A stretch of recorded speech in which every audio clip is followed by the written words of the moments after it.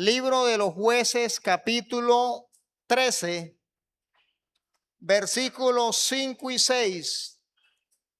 Y luego leemos el 25. Vamos a leer solo 3 versículos. Amén. Jueces está allí al principio. Jueces capítulo 13, versículos 5, 6 y luego el 25. Y quiero leer para todos ustedes en el nombre del Padre, del Hijo y también bajo la dirección y la unción y el poder del Espíritu Santo. Jueces capítulo 13, versículos 5 y 6.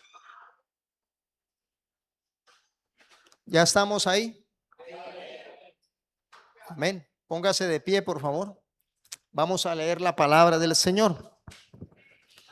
Dice la palabra del Señor, hermanos míos. Ustedes me siguen con en voz baja, por favor. Pues he aquí que concebirás y darás a luz un hijo, y navaja no pasará sobre su cabeza, porque el niño será nazareo a Dios desde su nacimiento, y él comenzará a salvar a Israel de mano de los filisteos. Y la mujer vino y se lo contó a su marido, diciendo: un varón de Dios vino a mí, cuyo aspecto era como el aspecto de un ángel de Dios, temible en gran manera. Y no le pregunté de dónde ni quién era, ni tampoco él me dijo su nombre. Versículo 25. Y el Espíritu de Jehová comenzó a manifestarse en él en los campamentos de Dan, entre Sora y Estaol. Padre, gracias. Padre mío, Padre mío, Padre mío, mil gracias por este privilegio de estar aquí en tu maravillosa presencia. Ruego ahora que extiendas tu misericordia para con cada uno de nosotros y que tu Espíritu Santo venga para ministrar tu palabra conforme a tu perfecta voluntad. Salva, Dios mío, liberta, rompe las cadenas, sana a los enfermos, obra maravillas en esta preciosa tarde. Encárgate, oh Dios, de reprender al diablo, a sus demonios y a sus instrumentos. Los declaramos sin poder, inoperantes, para que no roben tu palabra, Dios mío, que va a ser sembrada en esos corazones, que seamos edificados para gloria y honra de tu santo nombre. Amén y amén. Gloria al Señor. Póngase cómodo, mi hermano, y no deje de alabar al Señor. Gloria a Cristo para siempre. Amén. Gloria al Señor, hermano. Vamos a hablar hoy, hermanos, de un tema muy importante para estos últimos días.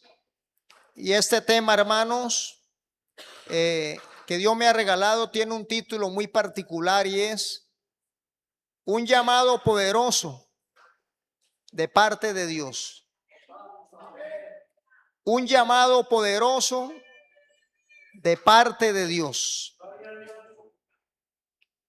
La palabra del Señor nos dice que los hijos de Israel volvieron a hacer lo malo ante los ojos de Jehová, y Jehová los entregó en mano de los filisteos por 40 años.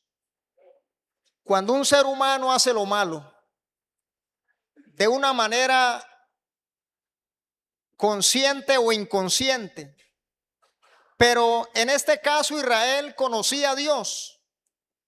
Israel es el pueblo de Dios y estaban pecando voluntariamente contra Dios. Se habían rebelado contra Dios para ir a adorar otros dioses falsos, y Dios los entregó en manos de sus enemigos. Mis hermanos, esto es un asunto que hasta el día de hoy Dios sigue siendo el mismo. Cualquier persona que haga lo malo, Dios lo va a entregar en manos de los enemigos. Dios lo va a entregar en manos de Satanás. Señor, reprenda al diablo. Dios lo va a entregar en manos de los demonios. Esto es una realidad. Esto es algo muy serio. Y hoy quiero hablar de ese llamado poderoso. ¿Por qué, hermanos míos? Bueno, pues porque no hay tantas personas a las que Dios escoja para salvar a muchos. Porque Dios siempre, a través de su historia, se ha valido de personas en particular para salvar a muchos. Se valió de un hombre llamado Noé, el cual halló gracia ante los ojos de Dios para salvar a una humanidad que estaba entregada al enemigo. Una humanidad entregada a los vicios, entregada a los placeres, entregada al mal y al pecado. Pero, ¿sería que funcionó? No, hermanos míos. Mas cuando Dios le da la oportunidad al hombre, hermanos, una y otra y otra y otra, y muchos años de oportunidad, el hombre rechaza, sigue en lo malo, sigue en el pecado, sigue y no se da cuenta que Dios lo entregó en manos de los enemigos. Entonces hoy vamos a hablar, hermanos, de este varón llamado Gedeón, llamado Sansón. Y todos hemos escuchado la historia de Sansón. Sansón, dice la palabra, que fue concebido de una manera muy particular. Pues la mujer de Manoa, la madre de Sansón, era estéril. No podía tener hijos. Mas sin embargo, Dios, al ver a su pueblo sufriendo, se valió de una mujer estéril para darle un hijo. Y ese hijo se llamaría Sansón. Y allá en el versículo 5 le dice: pues he aquí que concebirás y darás a luz un hijo, y navaja no pasará sobre su cabeza, porque el niño será nazareo a Dios desde su nacimiento, y él comenzará a salvar a Israel de mano de los filisteos.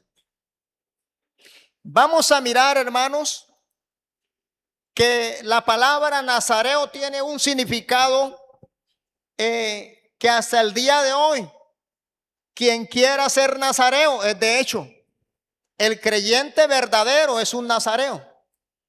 El creyente que se entrega al Señor con cuerpo, alma y espíritu y aprende a amar a Dios se convierte en un nazareo. Alabado sea el Señor. Entonces vamos a mirar el significado de nazareo. Cualquier persona en el Antiguo Testamento podía hacer un voto, podía hacer un voto personal, un voto voluntario de querer ser nazareo, de querer ser un nazareo para Dios. Cualquiera lo podía hacer, pero eso tenía que ser voluntariamente. Así que vamos a mirar que en el caso de Sansón, ser nazareo no dependió de él, sino de Dios. Dios quiso que Sansón fuera nazareo para él. Y la palabra nazareo es decir, consagrado a Dios. El voto tenía que ser voluntario y debía tener una duración limitada. Era por algún tiempo que la persona se volvía nazareo. No era para toda la vida, era por un tiempo. Y constaba de 3 cláusulas.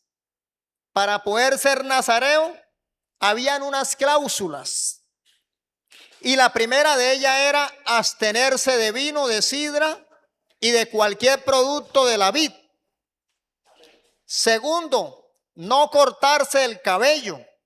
Tercero, no acercarse a cadáveres.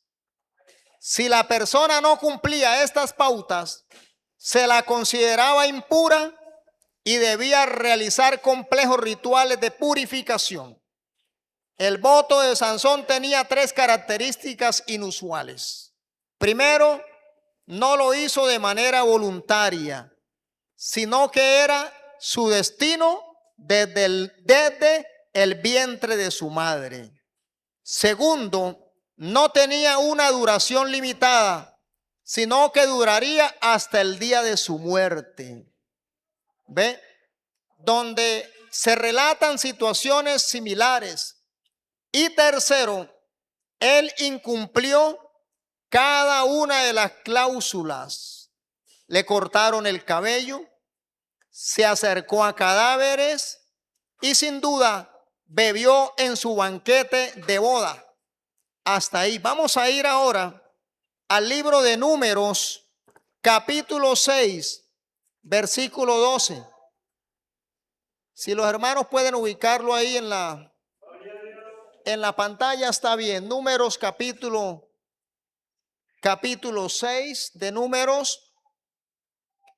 Y vamos a mirar el versículo 2. Número 6, versículo 2. Número 6, 2. Vamos a mirar lo que era el voto nazareo. Bendito el nombre del Señor. Número 6, 2. ¿Estamos ahí? Habla a los hijos de Israel y diles: el hombre o la mujer que se apartare haciendo voto de nazareo para dedicarse a Jehová, se abstendrá de vino y de sidra, no beberá vinagre de vino ni vinagre de sidra, ni beberá ningún licor de uvas, ni tampoco comerá uvas frescas ni secas. Todo el tiempo de su nazareato, de todo lo que se hace de la vid, desde los granillos hasta el ollejo, no comerá. Todo el tiempo del voto de su nazareato, no pasará navaja sobre su cabeza hasta que sean cumplidos los días de su apartamiento a Jehová. Será santo, dejará crecer su cabello. Todo el tiempo que se aparte para Jehová, no se acercará a persona muerta, ni aun por su padre, ni por su madre, ni por su hermano, ni por su hermana. Podrá contaminarse cuando mueran, porque la consagración de su Dios tiene sobre su cabeza.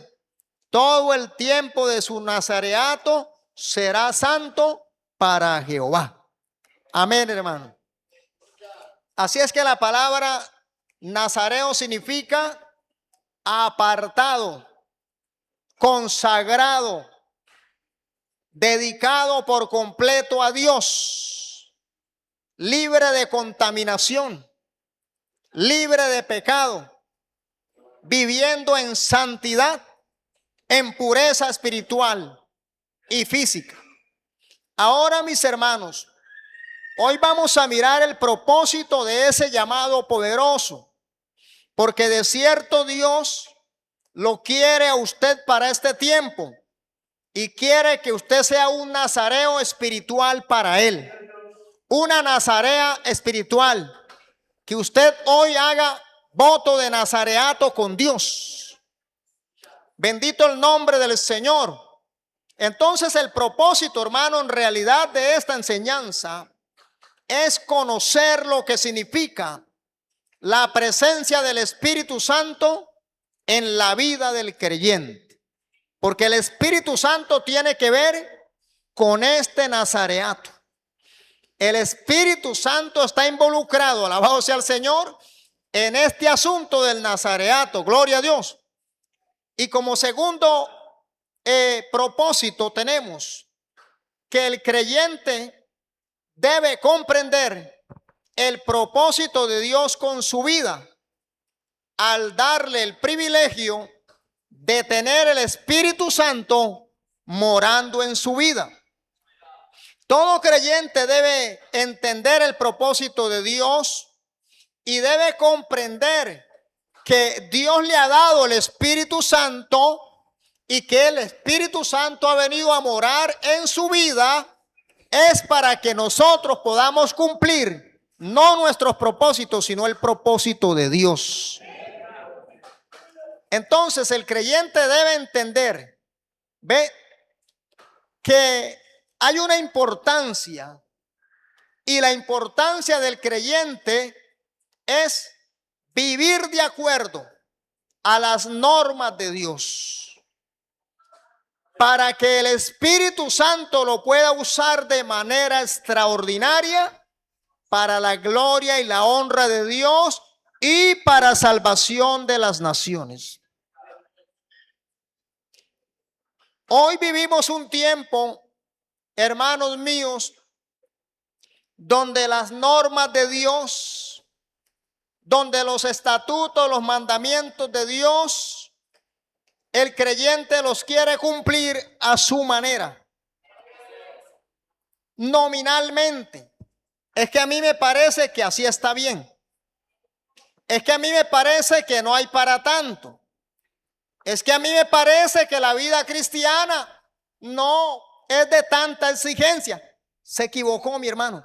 La vida cristiana tiene normas muy altas, tiene preceptos muy altos, tiene exigencias muy altas. Aleluya. Y por eso es, alabado sea el Señor, que la mayoría de los creyentes nunca experimentan la gloria y el poder de Dios en su vida. Y es por eso que siempre son como aquella higuera raquítica y seca que no daba frutos, porque el Señor la maldijo porque no daba ningún fruto. Hoy encontramos creyentes sin ningún fruto. No se ganan una mosca para Cristo, hermano. Bendita la gloria de Jehová. Este mundo está lleno de necesidades, hermanos. Hay gente con serios problemas. Hay gente, hermano, con ganas de quitarse la vida. Hay gente poseída de demonios. Hay gente postrada y enferma por el diablo. Pero ¿quién nos va a libertar? Aleluya. Si aquí no hay nazareos, si aquí no hay nazareatas, ¿con quién va a contar el Señor? Dígame. ¿Acaso el Señor no lo ha llamado a usted? ¿No lo ha apartado a usted? Pero vamos a mirar el caso de Sansón. Porque aunque a usted y a mí Dios nos ha escogido, óigame bien, no cabe duda que usted que ya aceptó a Cristo, que usted que ya es creyente, a usted lo escogió Dios, lo rescató Dios, lo apartó Dios. Pero ¿cuál es su actitud ante las normas de Dios? ¿Cuál es su actitud ante las exigencias del evangelio? Tú como creyente no puedes hacer una oración de 5 minutos. Un creyente viejo, hermano, de 10, de 15 años, de 7, de 8 años, haciendo una oración de media hora. No, eso no es lo que Dios quiere, hermano. El Señor le dijo a los discípulos, no habéis podido orar ni siquiera una hora. Creo que es lo mínimo, hermano, que debe orar un creyente. Entonces no está calificando para Dios. Se lo digo, hermano, de parte del Espíritu. Si usted es de un creyente que ya lleva más de un año y no está orando ni media hora, usted no califica para Dios. No califica para ser un nazareo para Dios. Porque el nazareo es escogido, es apartado para que cumpla un propósito en la voluntad de Dios. Para que vaya y haga una voluntad de Dios, de lo que Dios quiere hacer con él. A través de él el Señor puede obrar maravillas y portentos y prodigios. A través de él Dios puede libertar no solo a una, sino a muchas personas. A través de usted Dios puede salvar a toda su familia. Alabado sea el Señor. Dios puede salvar a sus vecinos. Dios puede salvar a una nación, a un pueblo. Alabado sea el Señor. Pero vamos a mirar el caso de Sansón, hermano. Aunque Dios lo apartó, aunque Dios lo llamó, no cumplió ninguna de las normas. Desde el principio empezó a violar las normas. Y así hay creyentes, hermano. Creyentes que desde el principio empiezan a violar las normas del Evangelio de Cristo. Desde el principio, hermano, empiezan a ponerle peros a la palabra del Señor. El Señor empezó a predicar la palabra y dijo: quien no coma mi carne, quien no beba mi sangre, no es digno, tampoco puede heredar el reino de los cielos. Y se molestaron con Jesucristo.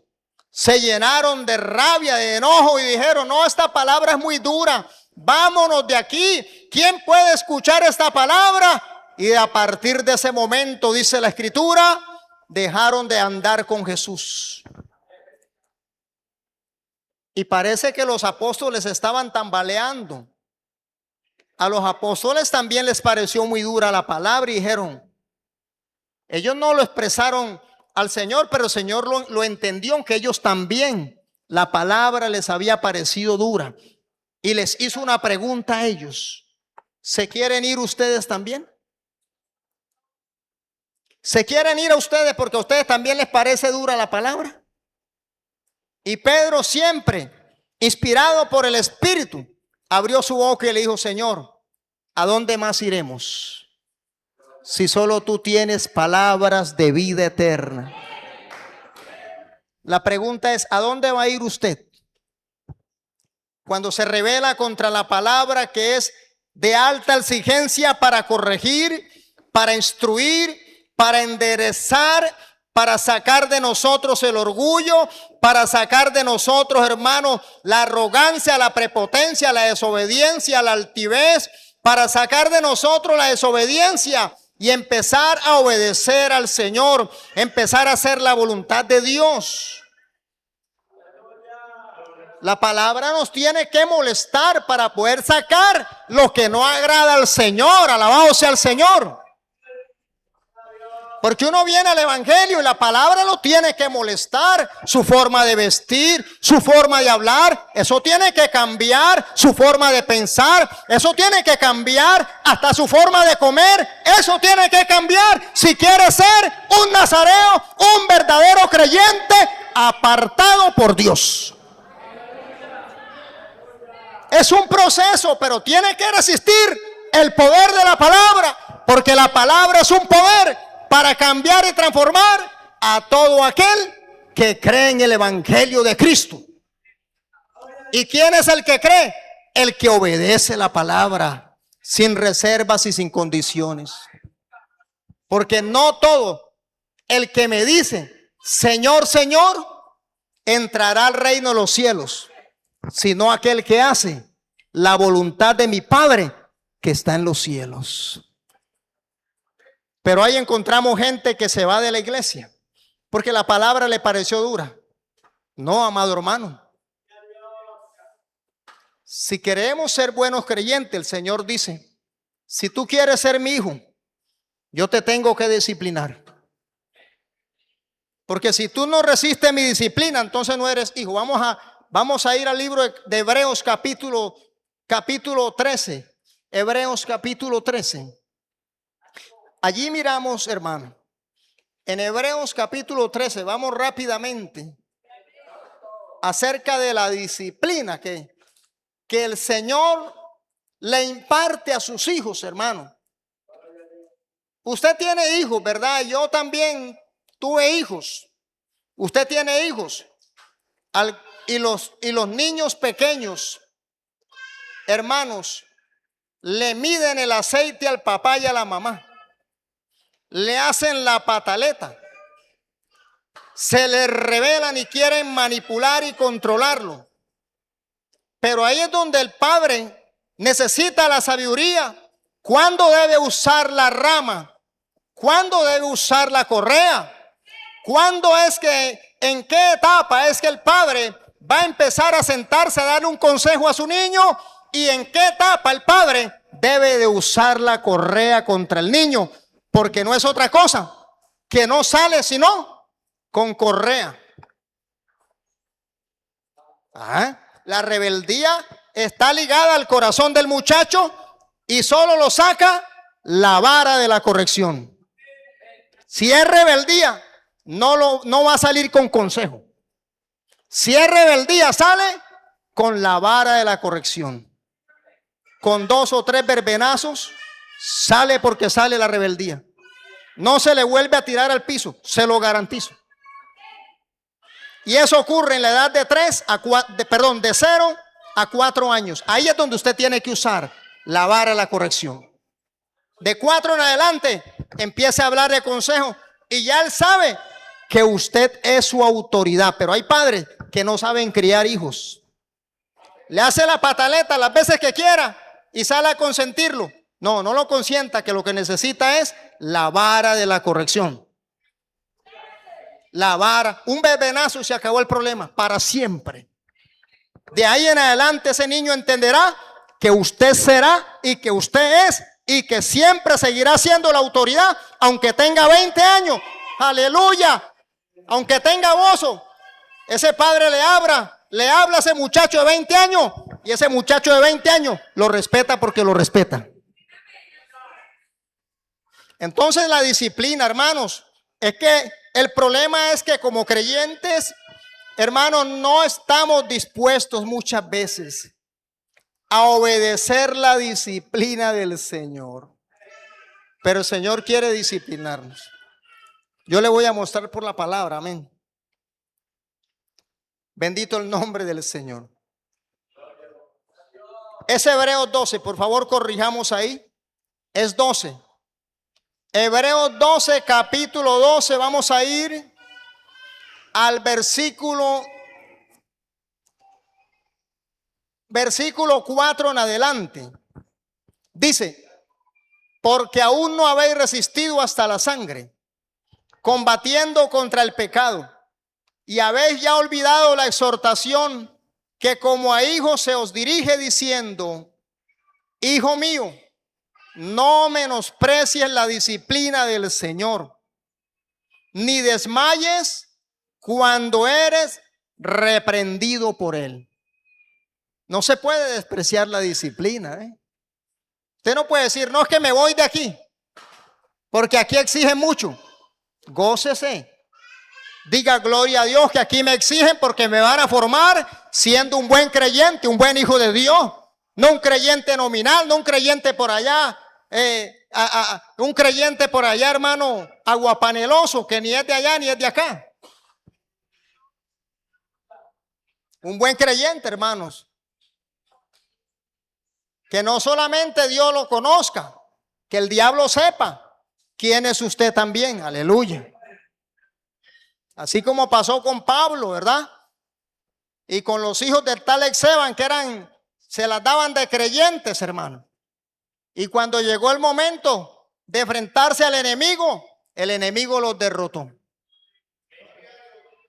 Porque querían ser creyentes, pero no querían sujetarse a la disciplina del Señor. Entonces, hijo mío, no menosprecies la disciplina del Señor, ni desmayes cuando eres reprendido por Él. ¿Por qué nos vamos a entristecer si el Señor nos reprende? Si el Señor quiere que avancemos, que ya no seamos niños, hermano, tomando leche, sino que ya crezcamos en la sabiduría y en el conocimiento de Dios y que cada día seamos más útiles en las manos del Señor. Entonces, porque el Señor al que ama disciplina, ¿se da cuenta? El padre que ama a su hijo no es aquel que lo deja hacer lo que él quiere. El padre que ama a su hijo no es aquel que todo se lo da. Cuando el niño le pide de todo, él le da de todo. No, ese no es el buen padre. Está criando un hijo malcriado. El día que no tenga con qué darle, ese día le va a pegar su hijo a usted, porque está levantando un hijo malcriado. No. El Señor al que ama lo disciplina. Si usted ama a su hijo, va a llorar con él después que le pegue los 3 verbenazos, pero nunca lo vuelve a hacer. A veces el Señor nos tiene que disciplinar, pero debemos también recibir el azote, porque el Señor disciplina y azota a todo el que recibe por hijo. Vamos a recibir azoticos del Señor. Cuando la palabra viene, hermano, y saca los trapitos al sol. Cuando la palabra le dice, mire mujer, usted no sea mandona, usted no sea respondona, sométase a su marido, a su esposo, obedézcale a su esposo. Usted no es la cabeza a su esposo. Entonces, si no quiere enderezarse, el Señor la puede estar enderezando por las buenas o por las malas.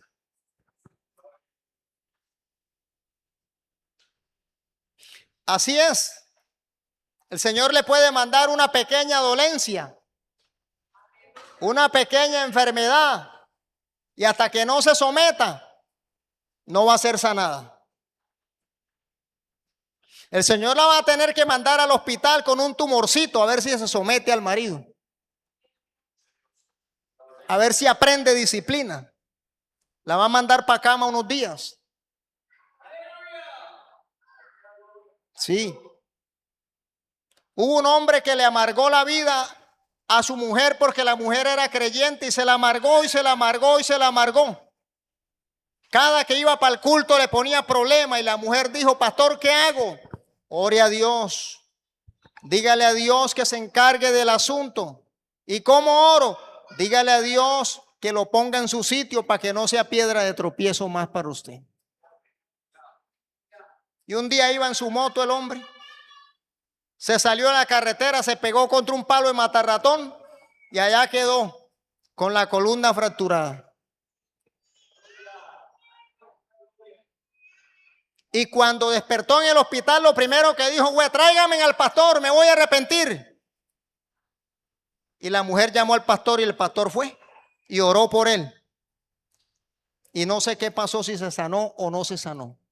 Pero a veces el Señor tiene que disciplinarlos con un azote para que aprendamos a obedecerle al Señor. Entonces, mis hermanos, si soportáis la disciplina, Dios os trata como a hijos, porque ¿qué hijo es aquel a quien el Padre no disciplina? A ver, los que estamos aquí ya que tenemos van de 40, 50. ¿Será que su papá nunca le pegó un correazo porque uno pequeño es indisciplinado? Uno pequeño es travieso, pero a más de uno aquí se llevó su correazo. Y no estamos traumatizados, porque ahora al niño no se le puede tocar que porque lo van y lo demandan. No, señor, yo estuviera loco de los correazos que me llevé, pero el Señor me disciplinó, mis padres me disciplinaron y por eso soy una persona respetuosa de los mayores, hermano. Entonces, hermanos, si soportamos la disciplina, Dios nos trata como a hijos, porque ¿qué hijo es aquel a quien el Padre no disciplina? Pero si se os deja sin disciplina, de la cual todos han sido participantes, entonces sois bastardos y no hijos. Si no soportamos la disciplina, somos bastardos y no hijos. Porque el Señor no quiere hijos rebeldes. El Señor quiere hijos obedientes. ¿Y dónde están esos hijos obedientes? ¿Dónde están? Aquí están. Nosotros vinimos al Señor para obedecerle, no para rebelarnos, hermanos. Somos hijos obedientes del Señor. Pero resulta que Sansón, aunque para él estaba claro, porque sus padres, como padres, obviamente le trataron de enderezar, pero Sansón no quiso hacer caso. Sansón no obedeció. Sansón violentó las 3 normas principales para ser un nazareo. Y aún lo hizo conscientemente.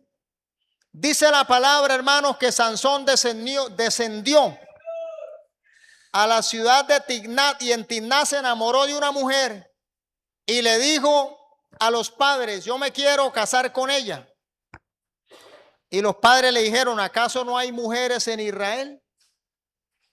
Porque no nos podemos unir en yugo desigual. Pero ve violando a Sansón, violando la primera norma. Porque los hebreos y los judíos consideraban a las otras naciones inmundas. No podían tener contacto ni unirse en yugo desigual.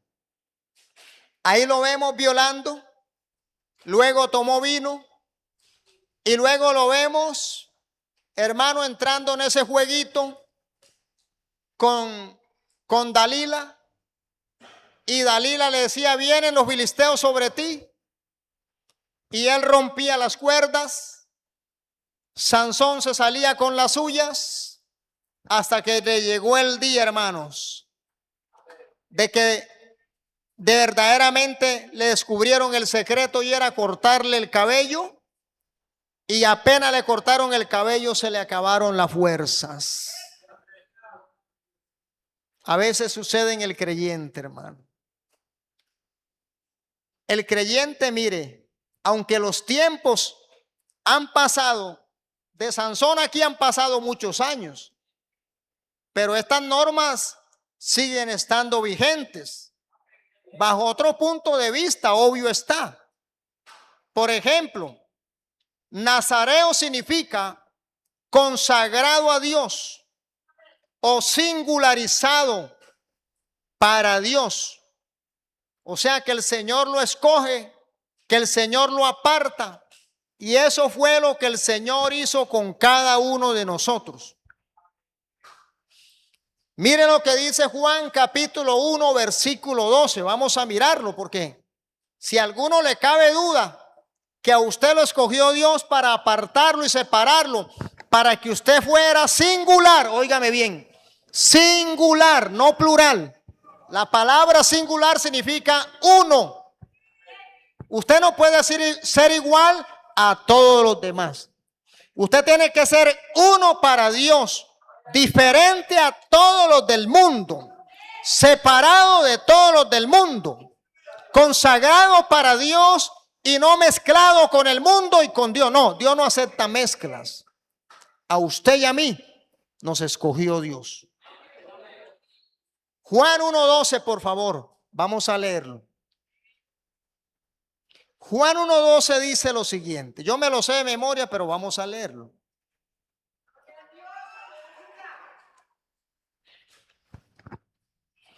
Mas a todos los que le recibieron, a los que creen en su nombre, les dio potestad de ser hechos, ¿qué cosa?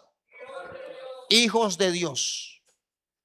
Si usted recibió a Cristo, si usted aceptó a Cristo en su corazón, hizo la oración de fe, usted ya no es hijo de quién, del diablo, no, porque el diablo tiene hijos. ¿Sabía usted que el diablo tiene hijos?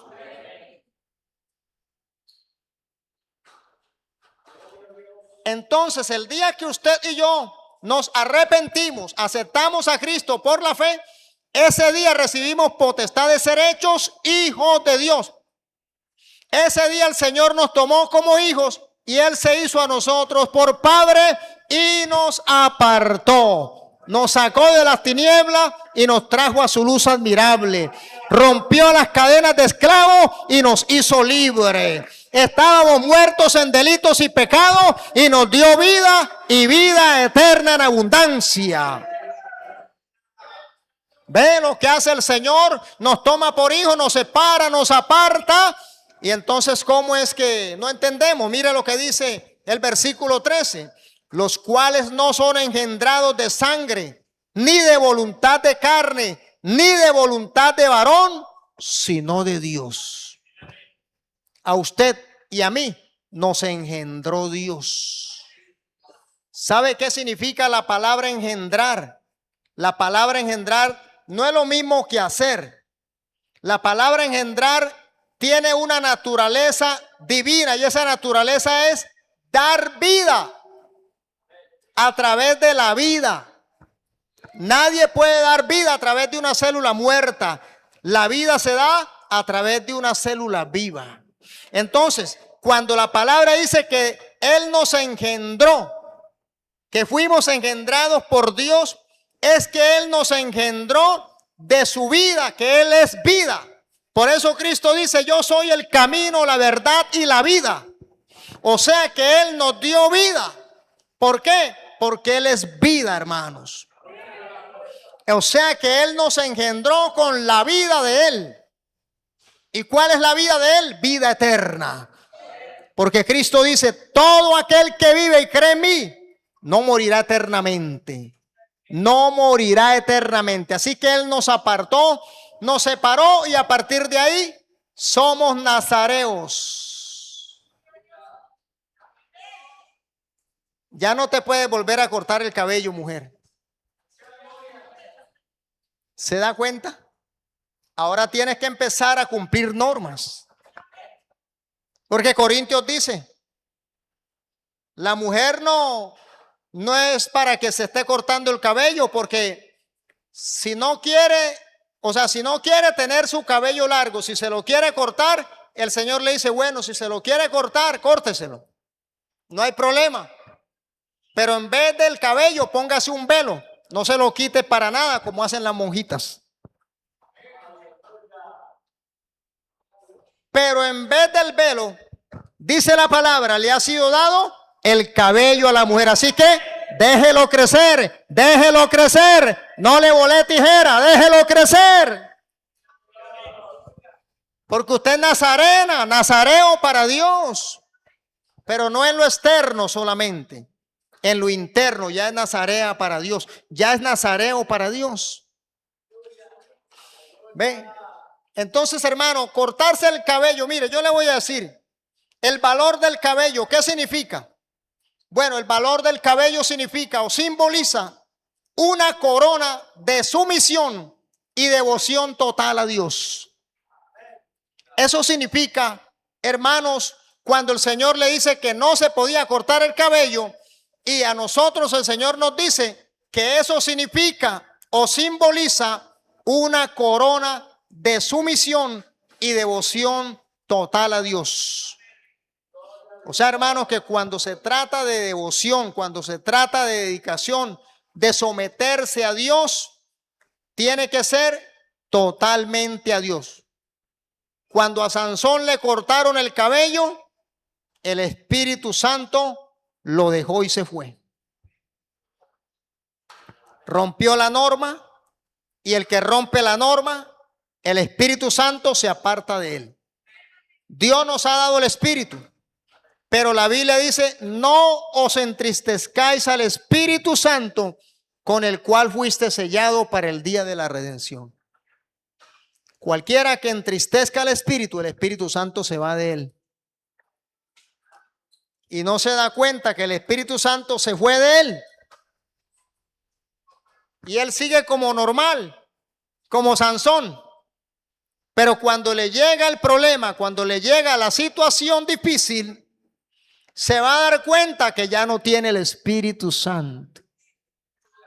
Porque usted lo ve normal, usted la ve normal, pero quizás ha venido desagradando al Señor, y el Espíritu Santo hace mucho rato se fue de él o de ella y no se ha dado cuenta. Solo se dará cuenta cuando le llegue el problema, cuando le llegue la situación difícil y no pueda salir de ahí. Entonces va a decir, ¿pero por qué? Si yo soy creyente, ¿por qué si yo, Dios, por qué no me oye Dios? ¿Por qué? Porque el Espíritu Santo se fue hace rato, porque usted lo desagradó, porque usted lo entristeció con su forma de actuar, porque no se sometió, porque no fue sumiso, porque no obedeció, porque siempre quiso hacer su propia voluntad y no se daba cuenta que estaba entristeciendo al Espíritu Santo de Dios. Otra de las cosas, hermano, es que esto es voluntario, mi hermano.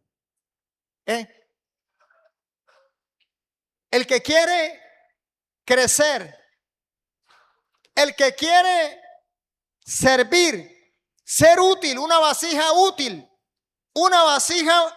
importante en las manos del Señor, lo debe de hacer voluntariamente. Dios no obliga a nadie, hermano. Dios no le dice a nadie, vea, es que usted tiene que orar. No. Si usted quiere, ore. Eso va a depender. Si su vida espiritual quiere que crezca, ore. Si usted quiere vencer la carne, ayune. Pero si quiere tener la carne viva, entonces no ayune. Tranquilo, siga normal su vida y nunca ayune.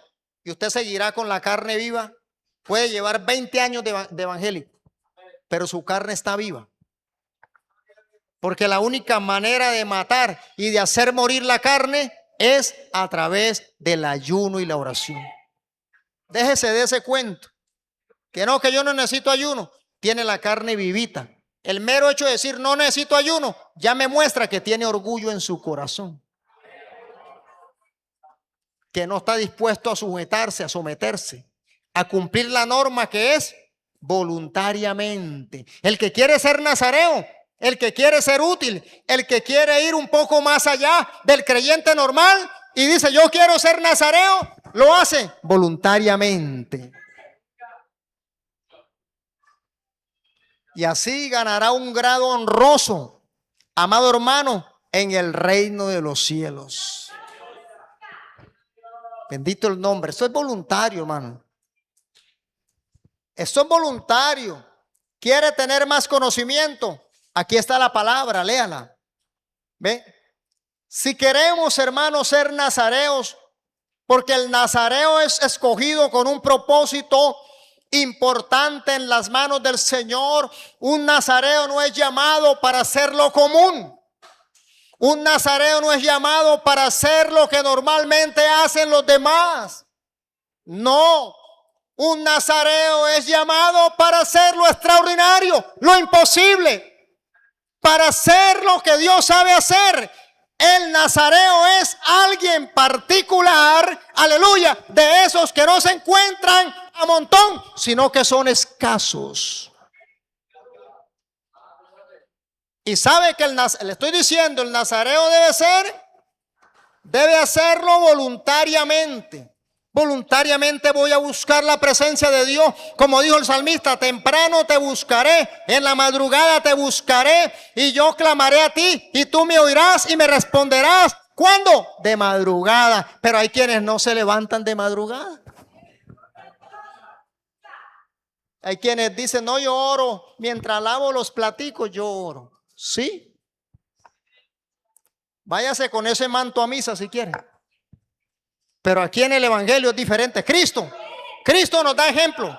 Cristo se iba en la noche a orar y oraba toda la noche. Cristo antes de que amaneciera estaba en el Getsemaní orando y clamando al Padre. Alabado sea el Señor. El evangelio es diferente, no es una religión. Entonces si usted quiere aprender, si usted quiere ser un nazareo, quiere salir del montón, pues lo único que tiene que hacer es que voluntariamente usted va a hacer lo que Dios quiere que haga. Pero también voluntariamente se va a abstener. La abstinencia, hermano. Aquí es donde muchos patalean. Porque no se quieren abstener.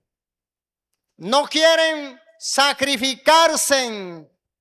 No quieren renunciar a los placeres y a las comodidades.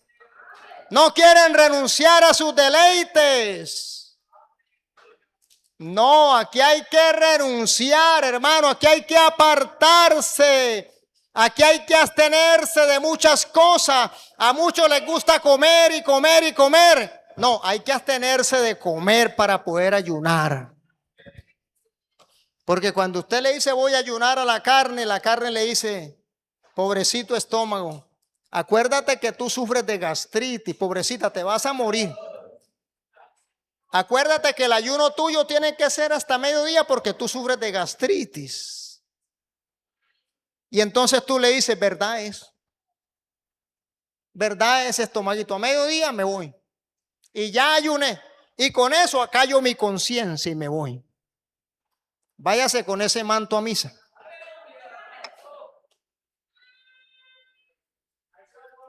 Porque el ayuno bíblico, hermano, el ayuno bíblico es de 6 a 6. El ayuno bíblico es sin agua y sin alimentos. Ese cuentico que no, que yo voy a ayunar y cargo la botellita de agua y por ahí me tomo el trago. No, señor. El ayuno bíblico, escuche bien, es abstinencia total de alimentos y de comida. Entonces, hay que abstenerse de placeres. ¿Te gusta mucho dormir hasta tarde? Pues incomoda ese cuerpo levantándote en la madrugada a las 3, 4, a la 1. Incomódalo.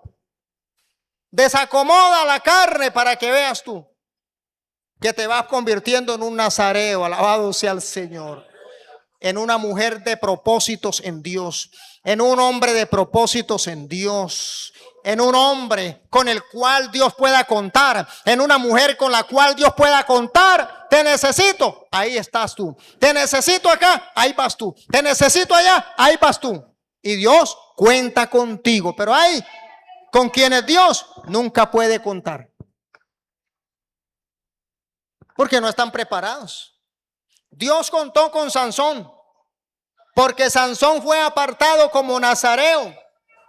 Pero llegó el momento en que Sansón, hermanos, por jugar, porque Dios pone en nosotros, hermanos, déjeme decirle que cuando Dios nos llama a su camino, a su evangelio, Él nos capacita, coloca en el creyente una armadura, coloca en el creyente una protección, coloca en el creyente dones, coloca en el creyente fruto. El Señor nos capacita, pero si usted no le presta atención, si usted menosprecia, si usted no valora lo que Dios ha puesto en usted, el día menos pensado, el Señor le dirá: pues al que tiene mucho se le dará más, y al que tiene poco, por cuanto no ha querido valorarlo, se le quitará. Y entonces aún lo que tiene se le quitará.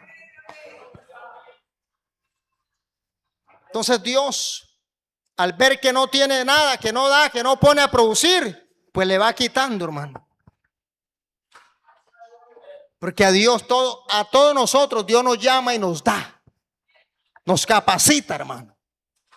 Porque usted Dios lo llamó y le ha puesto en usted gracia. Le ha dado sabiduría. Le ha dado el Espíritu Santo. Le ha dado armas. Aleluya. Armas, hermano. Dice la Escritura que Él nos ha dado armas. Que no son carnales, sino que poderosas en Dios para la destrucción de fortalezas, hermano.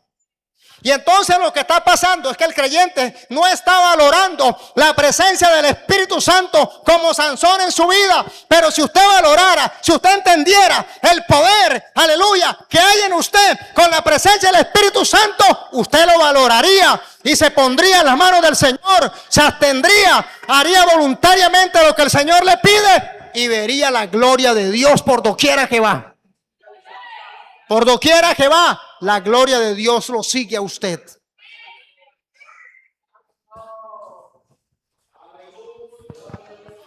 Cristo fue lleno del Espíritu Santo.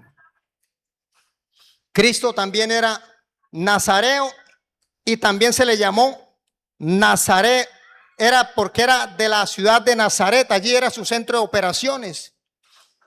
Y Cristo fue apartado, Cristo fue, así como Juan el Bautista también, desde el vientre de su madre, fue lleno del Espíritu Santo para cumplir una labor específica y fue preparar el camino del Mesías. Cristo concibió por medio del Espíritu Santo y fue lleno por el Espíritu Santo para ir al desierto y poder enfrentar al diablo. Sepa y entienda que el Señor nos ha llamado, nos ha escogido, nos ha separado, y eso es un privilegio, eso es un milagro, eso es una honra. ¿Y sabe para qué? Lo llamó para darle de su espíritu, para poner su espíritu, para que usted y yo podamos resistir al diablo, para que podamos pelear contra el diablo y sus demonios. El Espíritu Santo está ahí, pero usted no lo valora. Tiene que valorarlo, aleluya. Tiene que saber para qué Dios le dio el Espíritu Santo. Para pelear contra el diablo. Contra el diablo. Cristo lo dijo. Él fue lleno del Espíritu Santo y fue llevado al desierto por el Espíritu para ser tentado por el diablo. Por eso es que hay gente que el diablo viene y los tienta. y no aguantan la tentación. ¿Por qué? Porque los encuentra débiles. Si Cristo no hubiese ido al desierto 40 días de ayuno, el enemigo le hubiese ganado ventaja. Pero el ayuno nos fortalece, el ayuno nos capacita y el Espíritu Santo está en nosotros para darnos fuerza, para darnos poder, para ayudarnos a ayunar, para ayudarnos a vigilar, para quitar todo aquello que nos está estorbando, hermano. Y ya voy a terminar. ¿Sabe que le quiero decir algo? El Señor dice al nazareo: no puedes tocar muerto. O sea, no puedes contaminarte. Porque ¿qué comunión tienen las tinieblas con la luz? Y entonces, el creyente hoy se contamina, hermano. ¿Con cuánta basura le ofrece el mundo, hermano? Música mundana. ¿Cuántos creyentes escuchan música mundana? ¿Cuántos creyentes quieren vestirse a la moda de los que se visten del mundo? En vez de bajarle a la falda, le van subiendo a la falda. Y por último tienen que cargar un pañuelo para ponérselo aquí, para que no se le vea nada. No, usted en vez de subirle tiene que bajarle la falda.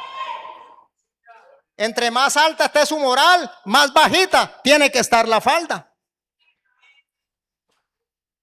¿Qué es eso? Contaminación. ¿Quieres ponerte aretes? ¿Quieres estarte pintando?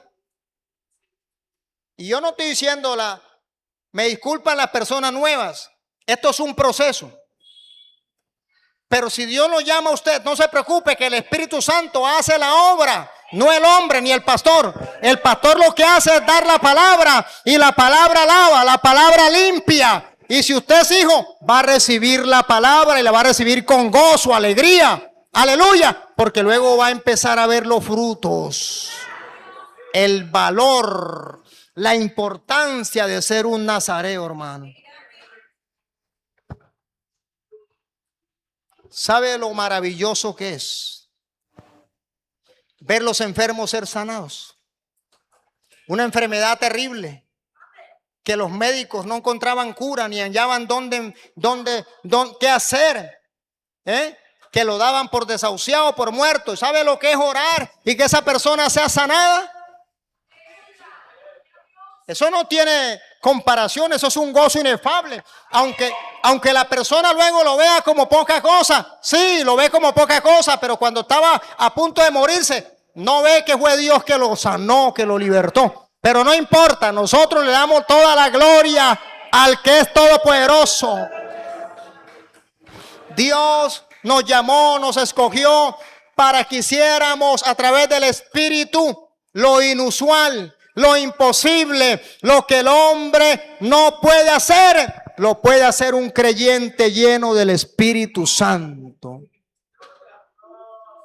Ningún psicólogo, ningún psiquiatra, ningún médico, ningún profesional está capacitado para echar fuera demonios. Aleluya. Y hasta el más sencillo creyente lleno del Espíritu Santo puede decirle a un endemoniado: fuera demonio, fuera. Y se tiene que ir. ¿Le parece poca cosa? Óigame, iglesia, ¿le parece poca cosa echar fuera un demonio? ¿Ah? Lo que pasa es que usted lo ve normal, lo ve común. Pero no todo el mundo puede echar fuera un demonio. Tiene que ser un verdadero nazareo. Tiene que ser un verdadero nazareo. ¿Dónde están esos nazareos aquí en esta noche? Dios le dice, hermano, Dios le dice a la iglesia: mire, a ustedes yo les doy potestad de hollar serpientes y escorpiones, sobre toda fuerza del maligno, y nada los dañará. Yo les doy potestad de ir predicar la palabra, sanar enfermos, echar fuera demonios, limpiar leprosos, darle vista al ciego, darle oído al sordo y levantar y resucitar al muerto. Si yo quiero, también lo resucito. Alabado sea el Señor. ¿Quién resucita un muerto en la tierra? ¿Quién? ¿Quién le da vida a un muerto en la tierra? Nadie, pero un hijo de Dios, un nazareo de Dios, es capaz de arrodillarse y decir: Señor, dale vida. Y el Señor le da vida a ese muerto. No le parezca poca cosa, porque lo que pasó en Sansón es que a Sansón le pareció muy poca cosa el ser nazareo. Déjeme decirle algo y termino con esto. Ser creyente en este mundo es el honor, es el privilegio, es la honra más grande que pueda existir sobre la faz de la tierra. Alabado sea el Señor. No hay otra honra, no hay algo más grande que ser creyente, que ser nazareo, apartado para Dios. Y a usted lo apartó Dios. Usted es alguien importante. Usted es más importante que un médico, que un ingeniero, que un psicólogo. Usted es importante porque usted tiene el sello del Espíritu. Aleluya. Aleluya. Dios está llamando en esta noche para que hagamos lo que no han podido hacer los médicos ni los gobiernos. Dios está llamando nazareos en esta noche para derrotar ejércitos. Sansón derrotó con una quijada de mulo, de burro, 1000 filisteos mató. Cosas extraordinarias Dios quiere hacer con tu vida, pero apártate, dedícate, obedece al Señor, conviértete en esa nazarea, aleluya, que Dios puede usar con poder, que Dios puede usar con toda su autoridad, y Él lo quiere hacer, pero eso dependerá de ti. No tomes el evangelio, no lo tomes livianamente, porque no es nada liviano. Es algo grande, es algo extraordinario, algo que no es común. A todos los que Dios llamó como nazareos, a los que Dios ungió, a través de uno solo, en ese en el cual Dios puso su espíritu para que viniera sobre él. Con uno solo, Dios derrotó ejércitos y naciones. Dios ungió a David. Desde que era un pequeño lo ungió con aceite y lo separó, lo dedicó, lo consagró para que fuera el libertador de Israel. Y vino David siendo un adolescente, hermano, un adolescente, y enfrentó a un gigante llamado Goliat, pero no lo enfrentó en su fuerza, lo enfrentó con el poder del Espíritu Santo y lo derrotó, y nadie le pudo hacer frente a David todos los días de su vida. En cambio, en Saúl estaba también el Espíritu Santo, pero el día menos pensado, por su desobediencia, se fue de Saúl. Ya no estuvo más en Saúl. Y Saúl fue el rey más fracasado de toda la historia. ¿Por qué? Porque menospreció el Espíritu Santo, menospreció el llamado para el cual Dios lo había llamado. Yo quiero que en esta noche entienda, yo quiero que en esta noche comprenda, aleluya, que Dios te ha llamado para cosas grandes, para cosas extraordinarias, aleluya. Apártate, sepárate, dedícate, conságrate, aleluya.